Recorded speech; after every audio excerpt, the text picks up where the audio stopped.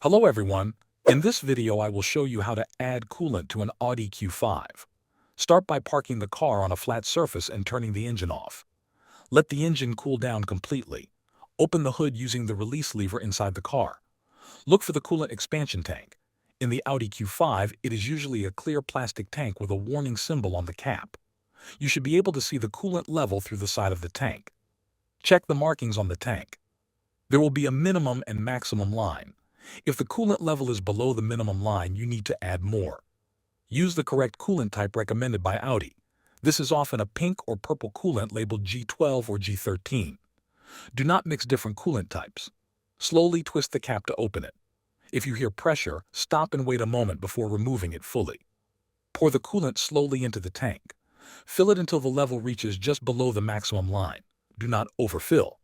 Once filled, close the cap tightly. Start the engine and set the heater to the highest temperature. Let the engine run for a few minutes.